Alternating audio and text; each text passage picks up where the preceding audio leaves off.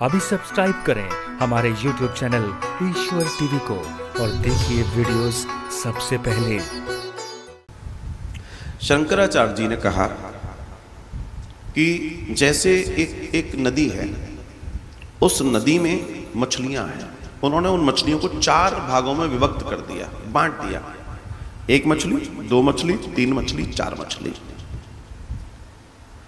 वो कहते हैं कि जब मछुआरा बड़ा सा जाल लेकर आता है तो वो घुटने घुटने पैरों के बल पानी में जाता है।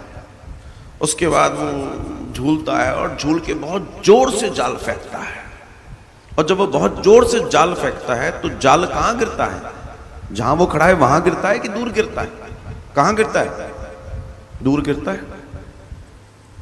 तो शंकराचार्य भगवान बताते हैं कि जब वो जाल गिरता है तो उसमें 2 तरह की मछलियां फंस जाती हैं। तो फिर प्रश्न ये आता है कि फिर वो जो आपने बताया 4 तरह की मछलियां, तो बकाया दो तरह की मछलियां कहां जाती हैं?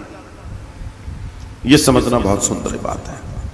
तो उन्होंने कहा कि जब वो मछुआरा जाल फेंक रहा होता है तो जाल दूर फेंका जाता है, तो जो उस मछुआरे के पैरों के आसपास की मछलियां हैं उन पर जाल नहीं गिरता, न जाल का प्रभाव आता। इसका मतलब जो भक्तजन गोविंद के चरणों की सेवा में निरंतर लगे हुए हैं, उन्हें सब कुछ मानकर जीवन जी रहे हैं, उस पर माया के प्रभाव को, उस तरह के जाल का प्रभाव कभी नहीं आता है। ये बड़ा सौभाग्यशाली दर्शन है हम सबके लिए। फिर बोला दूसरी मछली कौन है जो बच जाती है? वो जो कभी कभी सत्संग में धोखे से आ जाती है। कभी कभी सत्संग में धोखे से आ जाती है और उसने सुना तो होता है कि सत्संग में ऐसी ऐसी बातें बताते हैं जिससे जीवन सुंदर हो जाता है।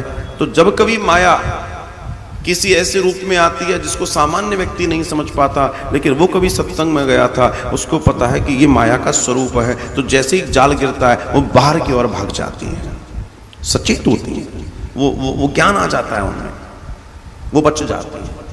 और तीसरी कौन? बोला जिन्हें किसी से कोई मतलब नहीं है, न धर्म से, न कर्म से, न दान से, न पुण्य से, किसी भी चीज से जिसको वो नहीं है, ऐसा व्यक्ति जाल में फंसता है। और एक और कैसा?